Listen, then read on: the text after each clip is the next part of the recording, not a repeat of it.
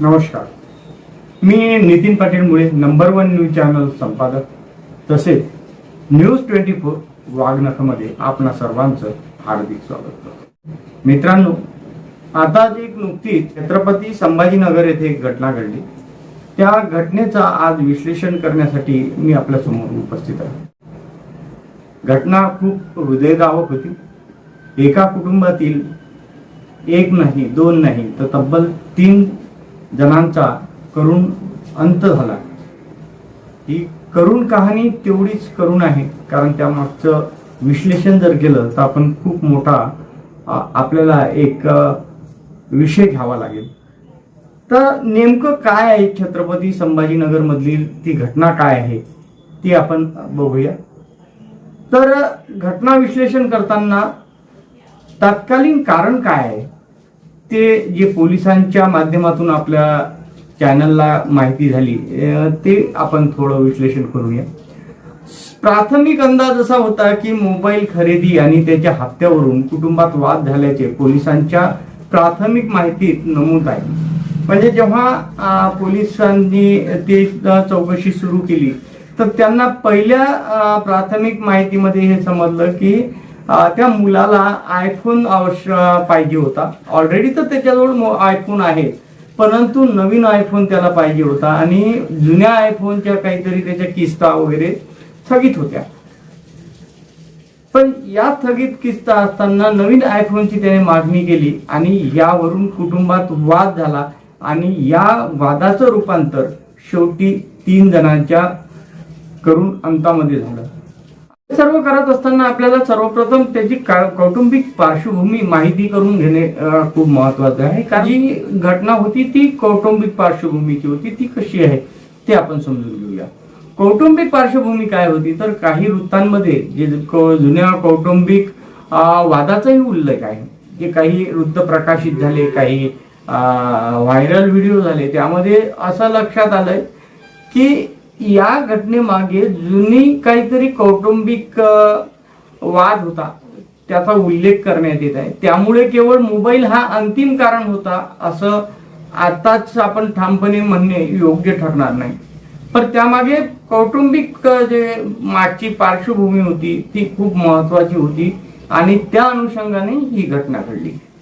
तर आर्थिक व मानसिक ताणाला या घटनेत आर्थिक दबाव, म्हणजे आता काही गोष्टी अशा आहेत की आर्थिक आणि मानसिक ताण ही सुद्धा या घटनेला कारणीभूत ठरली. आर्थिक दबाव होता, कुटुंबातील संवादात अभाव असल्याची चर्चा पण समोर येत आहे आणि वाढलेला भावनिक ताण याबाबत गंभीर प्रश्न निर्माण झालेले होते आणि त्यामुळेच की ही घटना घडली असं आपण म्हणू शकतो.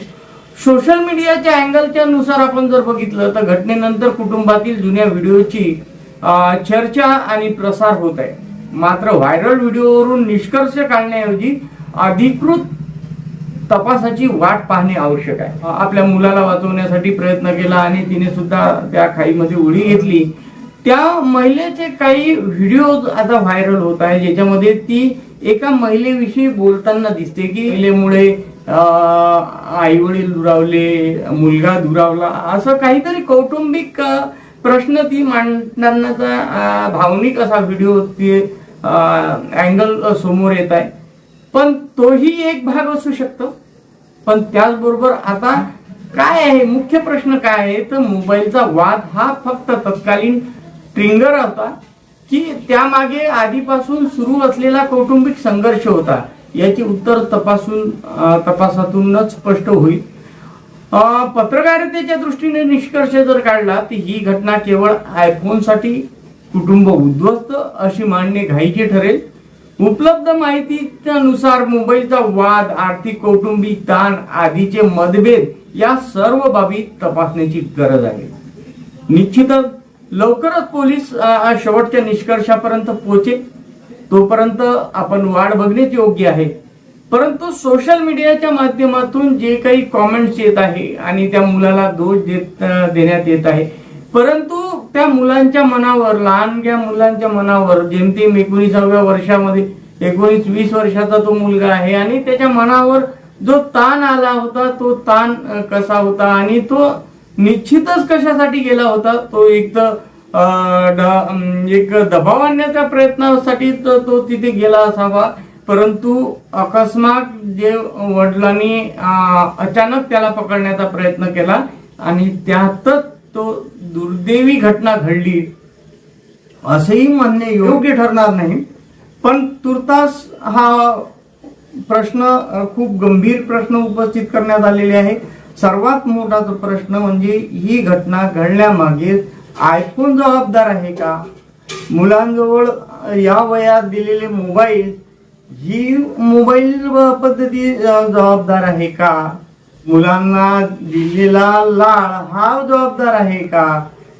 ह्या सर्व कौटुंबिक कलहामुळं त्या मुलावर कुठं मानसिक दबाव आला का? या सर्व पार्श्वभूमीची जेव्हा सखोल चौकशी होईल आणि पोलीस शेवटच्या स्तराला माहिती घेतील, तेव्हाच आपण निश्चित या घटनेबद्दल बोलू शकतो. आपण निश्चितच या घटनेचा पाठपुरावा करणार. पुन्हा भेटू नवीन विषयाला घेऊन. तोपर्यंत मला रजा द्या. मी नितीन पाटील मुळे, नंबर 1 न्यूज चॅनल, अमरावती.